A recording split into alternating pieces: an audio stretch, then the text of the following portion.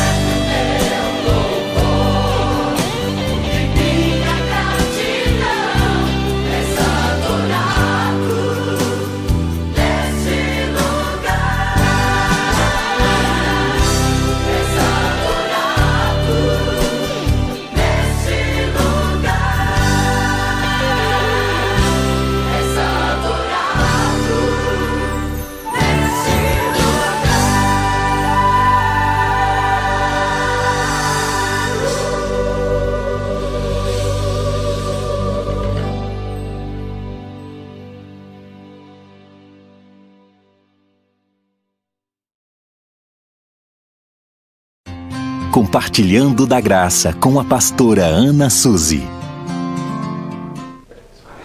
A paz do Senhor Jesus, quero aqui compartilhar da graça do nosso Deus, que é a sua palavra.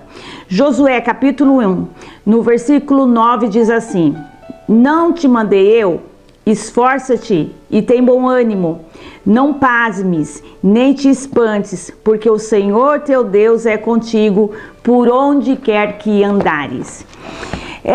Pensando nessa passagem e nesse versículo, eu lembrei de uma frase que sempre eu li e sempre tentei executar muitas vezes na minha vida, que diz assim: não se acomode com aquilo que te incomoda. Ou seja, a vida tem que ter coragem. Aquilo que nos acomoda não pode ficar da mesma forma. Deus, ele nos capacita e nos dá coragem. Essa palavra nos diz que nós temos que ter essa coragem, e essa coragem não vem de nós. Muitas vezes nos sentimos na nossa caminhada fracos, cansados, mas aí essa palavra nos ensina que a coragem de Deus, a força de Deus é aquela que nos faz movimentar naquilo que nos incomoda. Então não se acomode naquilo que te aborrece, não se acomode naquilo que muitas vezes não vai tirar você dessa zona de conforto, mas tenha coragem, porque todo ato de mudança precisamos ter coragem. Coragem muitas vezes de pedir perdão, coragem muitas vezes de dar o primeiro passo, coragem de enfrentar os desafios da vida, coragem de enfrentar uma faculdade, coragem de um relacionamento, coragem de criar filhos.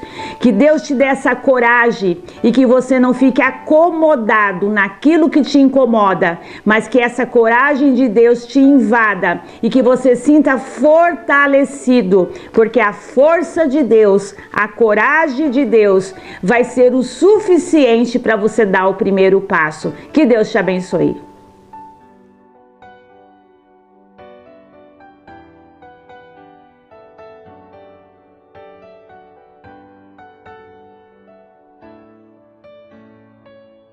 Conheça mais da ADSM através dos canais no YouTube, TV ADSM, no Instagram, @ADSM_oficial e no Facebook, facebook.com/ADSMoficial.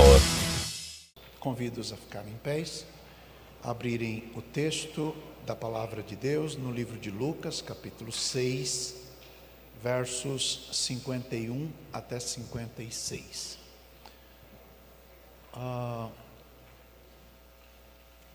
Pastor Bilgaí, entre em contato com a sua instituição, eles são obrigados a fazer essa devolução. Perfeito. Vai dar certo. Muito bem. Meus irmãos, o Sérgio está de volta.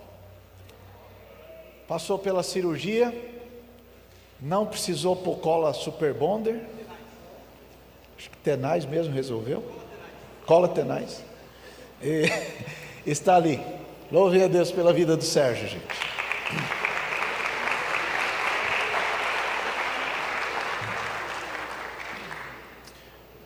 Livro de Lucas, capítulo 6, versos 51 até 56.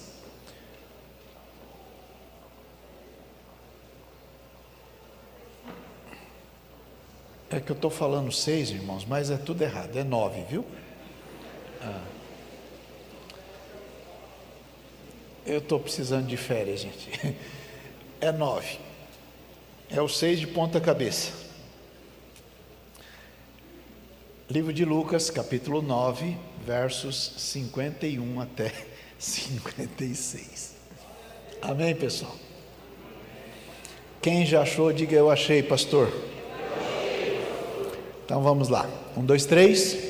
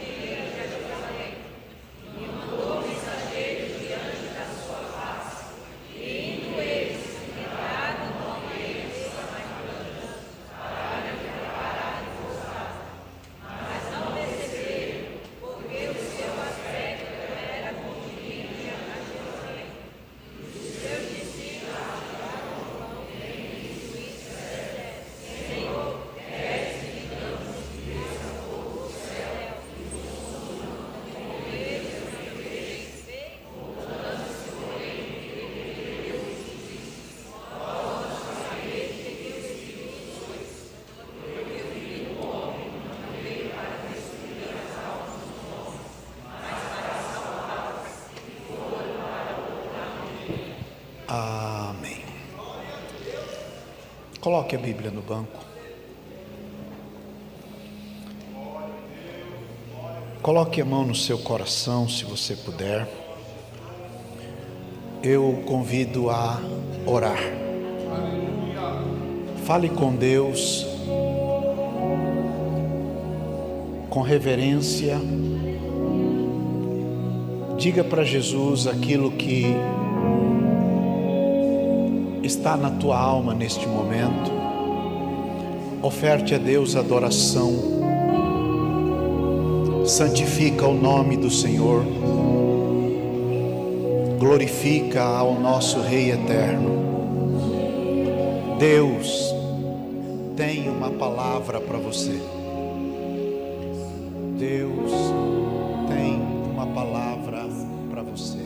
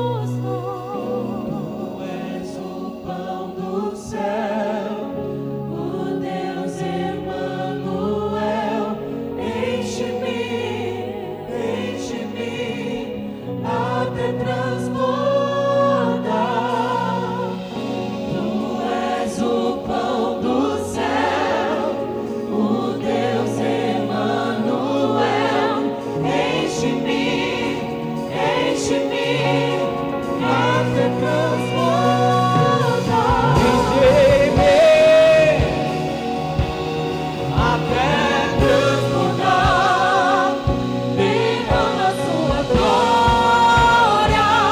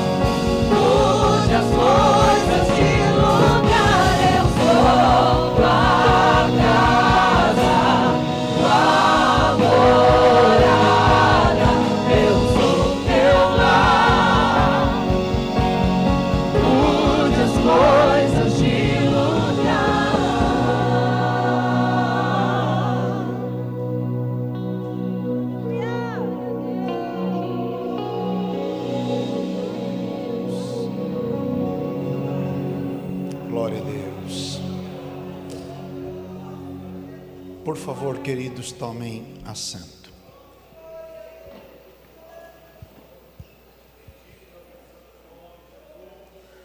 Andar com Jesus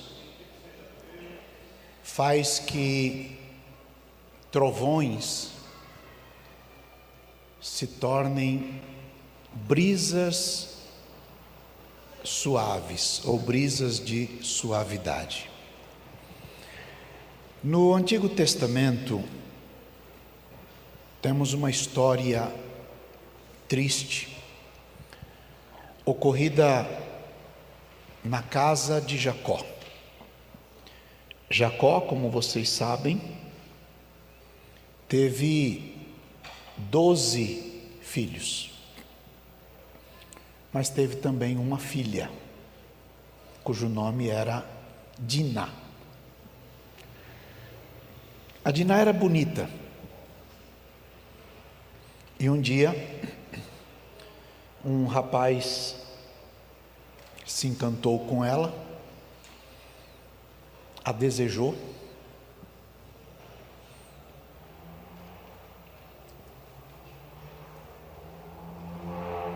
foi a esta menina e a violentou.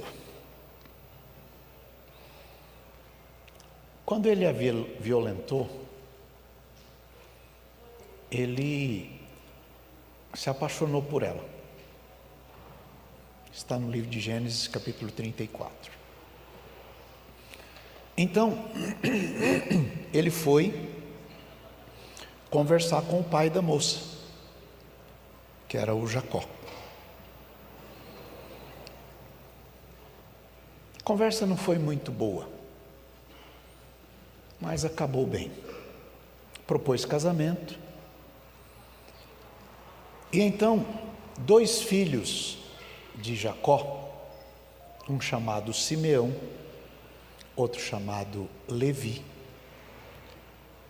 decidiram tomar vingança. Então prepararam uma armadilha. Disseram que aceitariam que aquelas pessoas se tornassem parentes se eles se submetessem à circuncisão. Circuncisão era uma operação feita com uma faca de pedra, num lugar sensível, portanto muito dolorido. Isto demorava às vezes 3 dias, às vezes uma semana, para passar aquela dor. E quando toda aquela família estava dolorida, sem capacidade de reação, o Simeão e o Levi foram lá e exterminaram a família, mataram todos. Um negócio terrível. Isso gerou um problema grave, que teve consequências graves. Jacó precisou se mudar dali. E quando Jacó já estava velho e decidiu abençoar os filhos, o primeiro filho de Jacó se chamava Ruben. Portanto, ele era o primogênito. Ruben era o primogênito. Simeão e Levi vinham logo a seguir. Ruben, Simeão, Levi. O quarto filho era José. O Ruben teve um comportamento ruim dentro da casa, da família. Errou contra o seu pai. Então, na hora de abençoar, o Ruben perdeu o direito de primogenitura. Seria o próximo líder da família. Quando ele perdeu, imediatamente isso passaria aos próximos da linha sucessória. Mas o comportamento de Simeão e de Levi fez que o pai pulasse Simeão e Levi e tornasse o primogênito a José. Isso está escrito no livro de Provérbios. O José se tornou então o primogênito porque o Rúben fez o que não devia, em seguida Simeão e Levi, com o furor, com decisão tomada de sangue quente, com decisão tomada de cabeça quente, perderam o direito. Por que estou dizendo isto? Porque o episódio que os irmãos leram hoje é o retrato do ser humano embrutecido pelas questões da vida e que, se não vigiar, mesmo na fé, faz ou fala coisas das quais venham depois se arrepender. Jesus está indo para Jerusalém. Há um grupo de irmãos com ele. Entre estas pessoas estão o João e o colega dele. E este João, com o seu colega, decide fazer uma sugestão a Jesus. Leiam comigo. Capítulo 9, verso 54. Tiago e João, vendo isto, disseram: Senhor, o Senhor quer que a gente diga que desça fogo do céu, como Elias fez? O episódio de Elias é interessante. Ele não está se referindo ao episódio do monte onde Elias venceu a Baal. Não. Ele está se referindo ao momento em que o rei mandou buscar Elias, e ele disse: se eu sou homem de Deus, desça fogo do céu e consuma você e os teus 50. Imediatamente caiu fogo do céu e matou 50 soldados. O rei então mandou outros 50. Elias, desce porque o rei está te chamando. Elias disse: se eu sou homem de Deus, desça fogo do céu, consuma você e os teus 50. Então morreram naquele dia 102 soldados, 100 soldados, mais o capitão de cada um deste grupo. O rei mandou um terceiro grupo e disse: Elias, tem misericórdia de nós. Nós estamos cumprindo ordem só.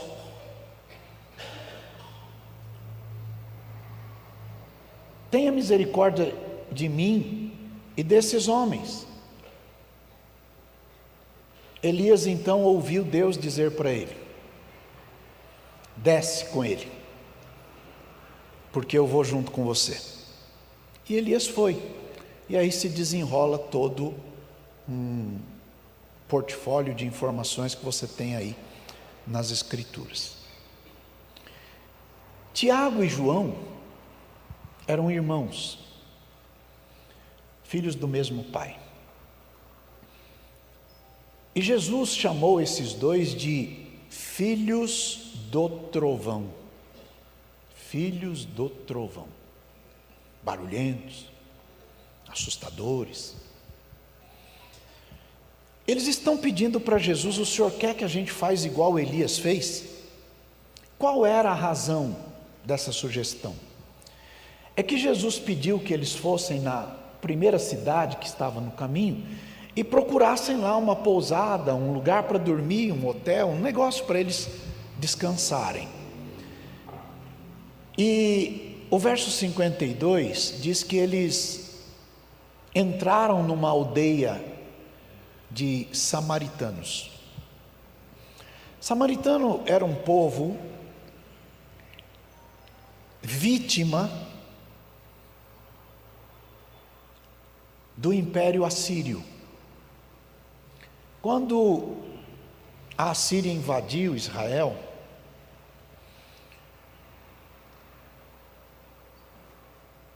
eles foram na capital de Israel do norte, chamada Samaria, tiraram a população de israelitas e levaram para outros países, deportaram aquelas pessoas e trouxeram de outros lugares pessoas para morar em Samaria.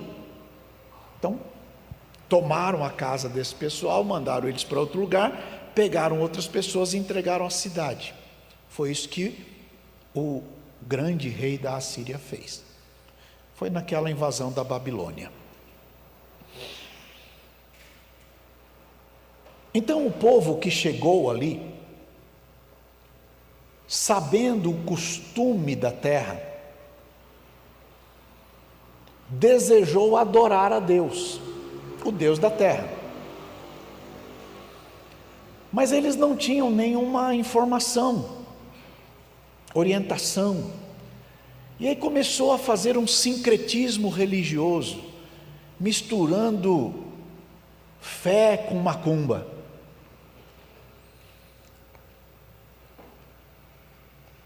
Tendo uma declaração de amor a Deus e passando embaixo da porta da esperança, ou andando no sal grosso, ou coisa parecida com isso. Coisas muito complicadas. Então, aconteceu um fenômeno ali. Começaram a aparecer na aldeia, na cidade, leões. Leões. E os leões começaram a matar as pessoas. Muita gente morreu atacado por leão. Então os anciãos da cidade procuraram um jeito de resolver aquilo. Escreveram uma carta para o rei. E na carta disseram: o senhor pode nos ajudar? Porque está morrendo muita gente atacada por leão. E a gente acredita que é porque a gente não conhece os costumes do Deus da terra. Então o rei pegou uma caneta e numa canetada Deus mandou um sacerdote para lá. Deus não, o rei. E esse rei que mandou o sacerdote para aquela cidade o instruiu a ensinar as pessoas a adorarem o rei, o Deus da terra. E eles foram e ensinaram como que é a fé, como que é um crente. Igual pessoas que às vezes chegam na igreja e antes de aprenderem a se submeter a Deus, procuram conhecer mais os costumes da igreja. Como é que a gente canta, como é que a gente ora, balança a mão, agora fala aleluia, agora aí, vai ensinando costumes, mas não a profundidade da fé. Vão vivendo na superficialidade. Para agradar a Deus você tem que fazer tal coisa. Não, agora é hora de você fazer sacrifício. Não, agora é hora de você fazer não sei o quê. E ele vai fazendo coisas como costumes, mas mantendo a forma de sua fé antiga. Não, eu sou crente em Jesus. Aparece qualquer coisa, Nossa Senhora. Vai misturando.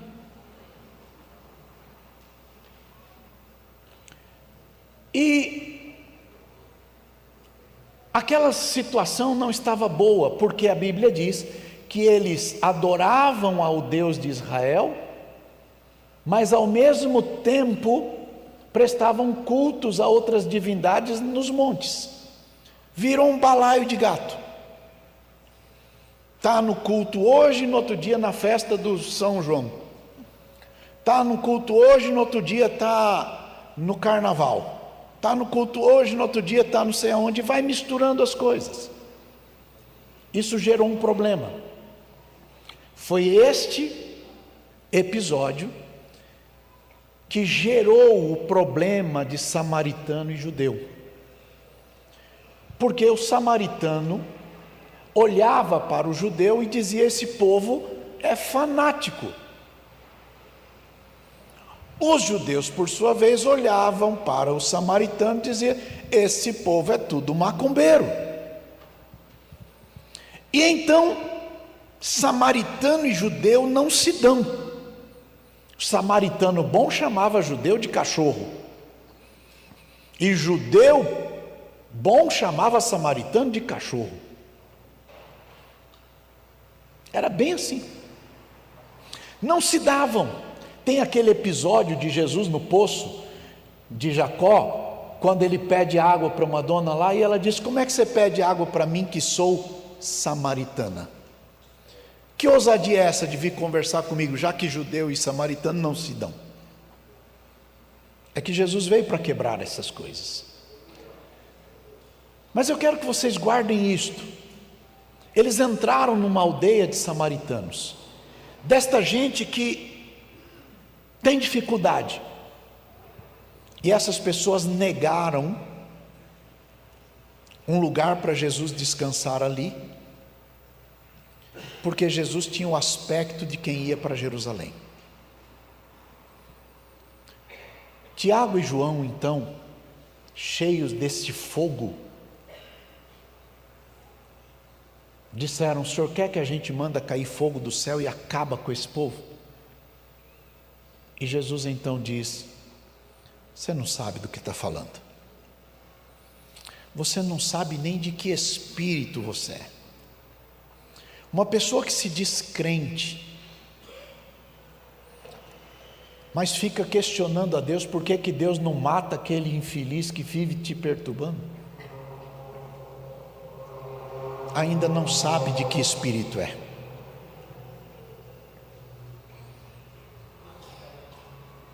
Mas não é Deus que protege a gente? É. Jesus está dizendo: vocês precisam entender o propósito da minha vinda. O Filho do Homem não veio para destruir as almas dos homens. Jesus veio para salvar. Tem coragem? Levanta a mão e diga: Jesus não veio destruir ninguém. Jesus veio salvar. Por pior que seja a pessoa, por mais esquisita que tenha sido a sua formação, por mais estranha que seja a sua forma comportamental da fé, Jesus não veio para destruir ninguém. Jesus veio para salvar. E é por isso que você está salvo.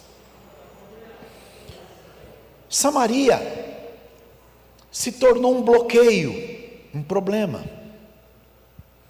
Mas eu queria focar nisto. Os filhos do trovão, Tiago e João, estão andando com Jesus, mas ainda guardam aquele ímpeto do seu passado, como pessoas que dizem: eu aceitei Jesus, mas eu não mudei a minha personalidade. Bateu, levou, mexeu. Outros dizem: eu fui batizado, mas na hora do batismo a minha mão ficou para fora, mexeu comigo. Eles estão com Jesus, mas ainda tem este problema. Como há muitas pessoas que servem a Jesus e são sinceros, mas não conseguem se dominar. Alguém fecha no trânsito, Primeira atitude é baixar o vidro e mostrar uma parte da mão que não deveria. Ou xingar, ou chamar para briga, ou fazer qualquer coisa parecida com isto. Ou diz para Jesus: o Senhor quer que a gente ore para que Deus acabe com essa raça à toa? Este não é o propósito de Jesus. O propósito de Jesus é salvar as almas dos homens. E não importa até onde tenham ido, não importa a condição de vida e de história, Jesus veio buscar e salvar o que se havia perdido. O tempo passa, e na medida que o tempo passa, as pessoas amadurecem. Quem já fez um montão de coisa que hoje já não faria mais? Levanta a mão. É bem isso. Porque a gente vai amadurecendo, vai crescendo. Às vezes a pessoa no passado, quando jovem, falava demais. Depois, aprendeu a ouvir mais. Mas existem pessoas que vivem numa eterna infância, cabelos brancos e continua com o mesmo espírito de menino. Eu sou dono da bola, se não fizer a minha vontade eu levo a bola embora.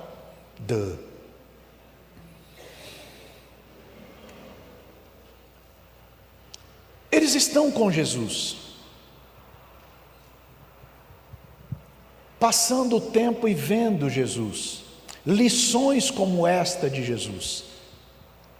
Jesus morreu, foi sepultado, ressuscitou, ficou 40 dias depois da ressurreição. 40 dias depois da ressurreição, ele foi assunto ao céu. Quando Jesus subiu, ele deu uma ordem que os discípulos ficassem na cidade até que eles fossem revestidos de poder. E eles ficaram lá, orando, buscando a Deus. Um culto de oração durou uns 10 dias. No final dos 10 dias, Deus enviou o poder do Espírito Santo, aquilo que a gente aprendeu a chamar de Pentecostes. Eles saem dali, pregam aqui, ali, lá, acolá, e daqui a pouco começa a perseguição, e muitos dos discípulos morreram. Cortaram o pescoço de um, crucificaram o outro de cabeça para baixo. A tradição diz que o outro foi crucificado num negócio parecido, uma letra X. Cada um do seu jeito, e sobrou um. O nome era João. Esse João, que sugeriu para Jesus que ele mandasse fogo para acabar com tudo. Esse João que sobrou, agora está velho, numa ilha isolada. Era uma ilha presídio, igual a Ilha Grande que teve no Brasil. Uma ilha presídio, ele estava lá. E lá ele escreve documentos. Um desses documentos é o Apocalipse. Mas além desse documento, ele escreve mais 3 cartas. E essas cartas são chamadas de cartas universais. É uma carta para todo mundo. E numa dessas cartas, a primeira delas, no capítulo 2, ele diz assim: meus filhinhos, estas coisas escrevo para vocês, para que vocês não pequem. Mas, se alguém pecar, a gente não vai pedir fogo do céu para destruir o pecador. Nós temos um advogado para com o Pai. É o mesmo João que no passado sugeriu que o fogo destruísse. Esse mesmo João, amadurecido na fé, está dizendo: pessoal, olhem para Jesus, confiem em Jesus, busquem por Jesus, ainda que você tenha enveredado por um caminho complicado, que a Bíblia chama de pecado. Vai falar com Jesus. Ele continua no verso 12 desse mesmo capítulo, verso 10, ele diz assim: aquele que ama o seu irmão está na luz, e nele não há escândalo nenhum. Mas aquele que aborrece o seu irmão está nas trevas e anda nas trevas, e esta pessoa não sabe nem para onde vai, porque as trevas cegaram os seus olhos. E ele continua: filhinhos, eu escrevo para vocês, porque pelo nome de Jesus vocês têm os pecados perdoados. E ele vai no verso 28 dizer: agora, filhinhos, permaneçam em Jesus, para que quando ele se manifestar, nós tenhamos confiança e não sejamos confundidos na sua vinda. É dizer de outra forma, aprendam com Jesus a mansidão. Ele disse, Mateus 11, 23 a 28, vinde a mim, vocês que estão cansados e sobrecarregados, e eu vou aliviar vocês. Tomem sobre vocês o meu jugo, aprendam de mim, que sou manso e humilde de coração, e vocês vão encontrar descanso para as vossas almas. Mas antes dele falar de encontrar descanso, ele diz: aprendam de mim que sou manso e humilde de coração. Já não sou mais aquele atabalhoado que não pensa para agir. Minha mãe, ela dizia: se a cabeça não pensa, o corpo padece. Às vezes a pessoa toma decisão, atitudes, que se tivesse pensado um pouquinho mais, não teria feito daquele jeito. E o que Jesus está nos ensinando é que ele pega trovões. Lembra que Tiago e João eram chamados de filhos do trovão. Ele pega esses trovões e muda para tornar essas pessoas em brisa suave. Num outro momento, no capítulo 3 da primeira carta de João, ele diz: amados, agora nós somos filhos de Deus, e ainda não é manifestado o que nós seremos. Mas nós sabemos que quando ele se manifestar, seremos semelhantes a ele, porque assim como ele é, nós seremos. Quando chega no verso 18, ele diz: meus filhinhos, não amemos de palavra, nem de língua, mas por obra e em verdade. E aí, nestas coisas, é que a gente conhece se a gente é da verdade. E diante dele nós vamos assegurar os nossos corações. Sabemos que se o nosso coração nos condena, prestem atenção, se o nosso coração nos condena, maior é Deus do que o nosso coração, e conhece todas as coisas. Amados, se o nosso coração não nos condenar, então nós temos confiança para com Deus. E vai assim por todas as cartas dele. O que gerou esta mudança? Esta pessoa que tinha um ímpeto de trovão, agora está falando de amor, de caridade, de paciência, de longanimidade. Ele amadureceu na sua caminhada com Jesus. Quando nós olhamos os escritos de Paulo, na análise que ele fez do amor, no capítulo 13 da sua primeira carta, ele diz que o amor é paciente, que o amor é benigno, que o amor não é invejoso, que o amor não trata com leviandade, que o amor não se ensoberbece, que o amor não se porta indecentemente, que o amor não busca os próprios interesses, que o amor não se irrita, que o amor não suspeita mal, que o amor não folga com a injustiça, mas folga com a verdade. O amor tudo sofre, tudo crê, tudo espera, tudo suporta. O amor nunca falha. Ainda que hajam línguas, profecias, vão ser aniquiladas. Havendo línguas, elas vão cessar. Havendo ciência, vai desaparecer. Mas vão permanecer 3 coisas: a fé, a esperança e o amor. 3 coisas, mas o maior das 3 é o amor. O temperamento que é dominado por paixões gera comportamento explosivo. João e Tiago, como disse, foram apelidados de filhos do trovão. Está no livro de Marcos, capítulo 3, verso 17. Alguém especulou que talvez Jesus estivesse fazendo referência à forma com que eles se comportavam.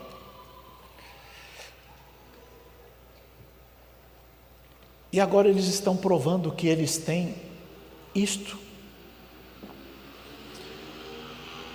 Às vezes a gente busca salvar pessoas, às vezes a gente busca cuidar de gente, e sem querer a gente tem um comportamento parecido com este. Mas Jesus quer nos ensinar que Ele veio para resgatar, não para destruir. Algumas pessoas imaginam que Jesus passou por Samaria para salvar uma mulher. Isso não é verdade. Aliás, não é toda a verdade. É que Jesus passou por Samaria para salvar toda Samaria. Aquela Samaria que tinha problemas, aquela Samaria que se envolveu com sincretismos, aquela Samaria com dificuldade de relacionamento. O texto diz: era-lhe necessário passar por Samaria. E alguém diz: claro, a mulher estava lá. Não. Na conversa com aquela mulher, ela disse: o senhor é judeu, eu sou samaritana, a gente não se combina. E ele disse: ô dona, se você soubesse com quem você está falando, era você que ia pedir água para mim, e eu ia te dar água, uma água viva. Ela olha para ele e diz: o senhor não tem nem como tirar a água, como é que se me oferece? Ele diz: quem beber desta água aí, dona, vai ter sede outra vez. Ainda que o poço tenha sido dado por Jacó, um lastro de fé, ainda que esta água venha desse lastro de fé, mas nunca é saciada esta sede. Mas quem beber da água que eu der, nunca mais vai ter sede. Ela diz: então me dá desta água para eu não precisar vir aqui. Ele diz: vai lá chamar o seu marido, dona. Ela diz: não tenho. Ah, ok, é que você já teve 5, agora vive com outro que não é nem casada com ele. Veja que Jesus está falando com uma mulher amargurada na vida, que vai ao poço num horário impróprio, só para que ninguém fique falando bobagem. Ela carrega a dor da rejeição contínua e tenta de toda forma ser feliz, mas não consegue. Ela é uma samaritana, mas ela é gente, é uma pessoa. Então Jesus ao falar com ela destas coisas, despertou nela algo que ela não conhecia, porque ele foi na ferida da alma. Ela então largou tudo ali e foi na cidade, chamou a cidade, e a cidade veio toda. Prestem atenção, Jesus não foi ali por causa dela apenas, Jesus foi por causa de toda Samaria. Mas na hora de salvar toda Samaria, ele tem que começar por um. E na hora de começar por um, ele não escolhe como os homens escolhem. Paulo disse, ele escolheu as coisas frágeis da vida para confundir as fortes. Ele escolheu as coisas que não são para confundir as que são. Ele escolheu as coisas sem valor para confundir aquelas que se acham com valor. Então Jesus escolheu alguém que ninguém queria perto. Jesus escolheu alguém que ninguém queria ao seu lado. Jesus escolheu alguém que quando passava alguém dizia, cuidado com esta fulaninha. Jesus escolheu ela. E esta mulher que ninguém quer por perto, se tornou uma poderosa evangelista, porque ela trouxe toda a cidade para Jesus. E quando ela trouxe toda a cidade para Jesus, as pessoas disseram, nós viemos aqui por tua causa, mas nós vamos ficar aqui por causa dele. É mais ou menos dizer, o testemunho daquela mulher trouxe as pessoas até Jesus. E é isto que o nosso testemunho pessoal deve fazer. Falamos de Jesus muito mais com gestos, atitudes e comportamento do que com fala. O nosso jeito de viver, o nosso jeito de trabalhar, o nosso comportamento em família, o nosso comportamento na vizinhança, no trânsito ou em qualquer lugar onde a gente esteja, deve refletir a Cristo. Nós somos como o bom perfume de Jesus Cristo. E aquela mulher está dizendo, pessoal, eu encontrei alguém que foi dentro da minha alma, na ferida que eu carrego, ele é alguém diferente, vamos lá. E as pessoas foram a Jesus. Jesus encontrou você. Cada um de nós conhece o estado em que nos encontrávamos quando Jesus apareceu. Todos nós tivemos os momentos de questionamento. Se Deus me ama, por que deixou acontecer isso? Se Deus gosta de mim, por que me sobreveio este mal? Se Deus me ama, por quê? Todos nós tivemos os nossos questionamentos, mas Jesus manteve-se firme, porque o Filho do Homem não veio destruir as almas dos homens, ele veio para salvar as almas dos homens. E Jesus salvou você, e Jesus salvou a mim, e Jesus perdoou os teus pecados, e Jesus perdoou os meus pecados, e Jesus lavou a todos nós, e agora lavados, remidos, santificados pelo poder do sangue de Jesus, podemos dizer, pessoal, eu era uma pessoa torta, mas eu encontrei Jesus, e Ele endireitou a minha vida. Vem também, porque se Ele me mudou, Ele vai mudar você.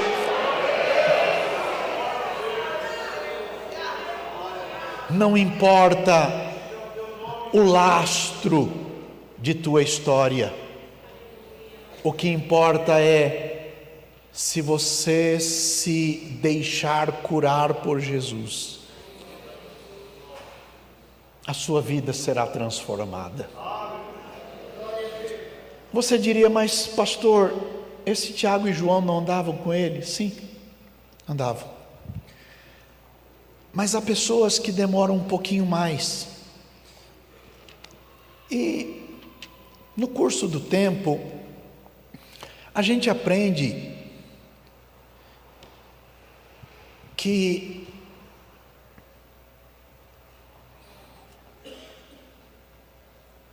o amor de Deus vai tomando conta da gente. E quando o amor de Deus toma conta da gente, a gente começa a amar pessoas, não importa o estado em que elas estejam. Um dia Deus apareceu a Moisés. Eu estou fazendo a releitura do livro de Deuteronômio, estou terminando. Um dia Deus foi falar com Moisés, diz: Moisés, separa todo mundo daí e eu vou destruir este povo, porque é um povo complicado, é um povo difícil, eu já estou aqui. Moisés disse: Senhor, faz isso não, porque o Senhor tirou eles do Egito e a turma vai sair por aí dizendo que o Senhor tirou de lá e não deu conta de levar para o lugar certo, agora vai destruir todo mundo no caminho. Faz isso não. É esse o coração de um pastor. Não há ninguém neste mundo, absolutamente ninguém, que não possa ser alcançado pelo amor de Jesus Cristo. Não há buraco tão nojento em que você tenha entrado que Jesus não seja capaz de te resgatar dele. Não há pecado, por mais horrendo que seja, que Jesus não seja capaz de perdoar.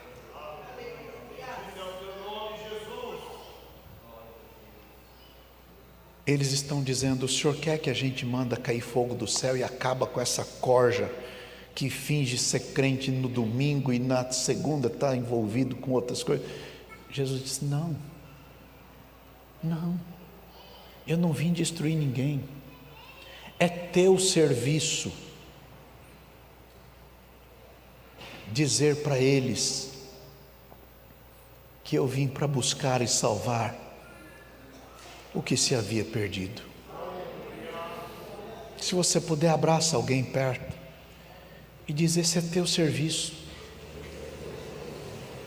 Dizer para alguém que Jesus veio buscar e salvar o que estava perdido. Este é o teu serviço, é o serviço da igreja, é o serviço dos servos de Deus. Cada um de nós, cada crente é um evangelista. Mas eu sou novo convertido, essa mulher samaritana era também. Aliás, ela não teve tempo nem de ser batizada antes de buscar um monte de gente. A Assembleia de Deus do Ministério de Madureira, no estado do Pernambuco, nasceu com um homem chamado Olímpio Mendes da Silva. Ele foi enviado para lá pelo meu pastor, Luiz Gonzaga Medeiros. Começou um trabalho e vieram perseguições, lutas, dificuldades, e então, ainda imaturo aquele jovem, Deus mandou para lá um homem chamado José Bento da Silva. O José Bento da Silva tinha um espírito de evangelista. E lá num morro daqueles, um jovem aceitou Jesus. O nome desse jovem, Genival Rogério da Silva. O Genival entregou a vida para Jesus, mas não tinha obreiros para cuidar do trabalho lá. E este Genival começou a contar para os amigos que Jesus tinha feito com ele, e começou a juntar gente, 30, 40, 50 pessoas, muita gente, e ele dizia: o senhor tem que mandar um pastor, e ele dizia: não tem pastor, não tem obreiro. Então o Genival vinha, ouvia a mensagem, e anotava tudo, e na semana ia lá e contava para todo mundo. Chegou o batismo, o Genival foi batizado, e junto com o Genival foi batizado mais uma multidão de gente que ele, Genival, ganhou para Jesus antes de ser batizado. O Genival vocês conheceram porque trabalhou comigo aqui. Ele está de volta ao Pernambuco. O que eu estou querendo dizer para vocês é que Jesus está contando com você. Não para pedir que Deus destrua pessoas, esse não é o nosso trabalho, mas para pedir que Jesus nos use como canal de bênção para essas pessoas. Por isso a Bíblia diz: mantenham-se em santidade e estejam prontos para responder com mansidão a todos aqueles que questionarem, perguntarem a razão da esperança que há em vocês. Estejam prontos a responder com mansidão àqueles que perguntarem a razão da esperança que há em vocês. O tempo passou e o João, filho do trovão, agora está diferente. E está diferente porque Jesus disse em Mateus 23, verso 14, que aquelas pessoas que cuidam saber mais do que outros vão receber mais rigoroso juízo. O juízo para essas pessoas que se acham melhores do que todo mundo e vivem o tempo todo para apontar o dedo para todo mundo, o juízo para essas pessoas será mais rigoroso. Paulo tratou desse assunto na carta que escreveu para Timóteo. Ele disse que os homens maus, enganadores, vão de mal para pior, enganando e sendo enganados. O João, filho do trovão, teve um novo comportamento. E sabe como João é conhecido? Apóstolo do amor. O cara que um dia sugeriu para Jesus que mandasse fogo para destruir um povo que pensava diferente, agora é chamado de apóstolo do amor.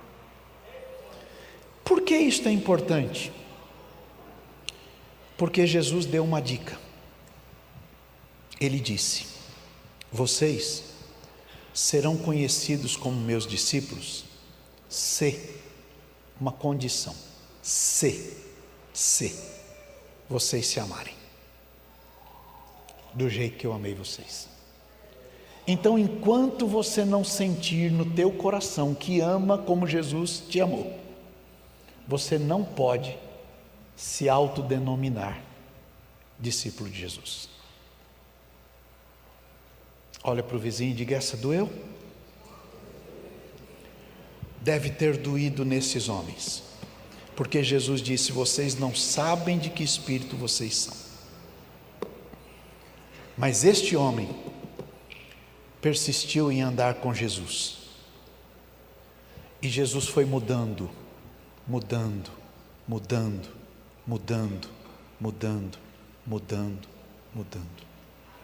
e aquele intolerante agora já sabe dizer: pessoal, anda no erro não, isso não é bom para vocês, sai do pecado, isso não é bom para vocês, vocês vão para o inferno. Mas se você vive uma vida destruída no pecado e decidiu sair daí, tem um caminho. O nome dele é Jesus. Ele é o advogado. Ele vai cuidar da tua causa, mudar a tua história, transformar a sua vida, dar uma nova vida para você. A Bíblia diz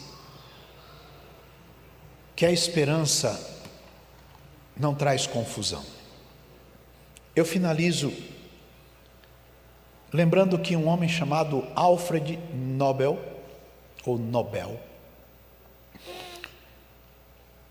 ele criou uma forma de premiar pessoas muito inteligentes que tenham contribuído com a sua capacidade intelectual para o bem da humanidade. Como é que este homem decidiu isto? É que este homem foi o inventor da dinamite, que na cabeça dele era para uma boa causa, mas foi utilizado nas guerras e muita gente morreu. Mas ele ficou rico com aquilo, bilhardário. E ele decidiu que aquele dinheiro deveria ser usado agora para corrigir as bobagens que ele fez. E aí nasceu o Prêmio Nobel. Ele passou a distribuir esse dinheiro dele, e é feito até hoje. É mais ou menos dizer: aquele que no passado fez coisas muito ruins, pode mudar. E este é o chamado do Evangelho.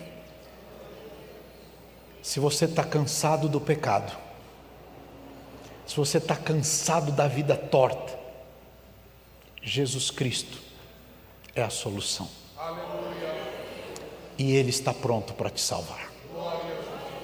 É a palavra de Deus em nome de Jesus. Contribua com os projetos da ADSM. Chave Pix: tesouraria.adsm@gmail.com. Aparecem as flores no campo. O tempo de cantar chegou.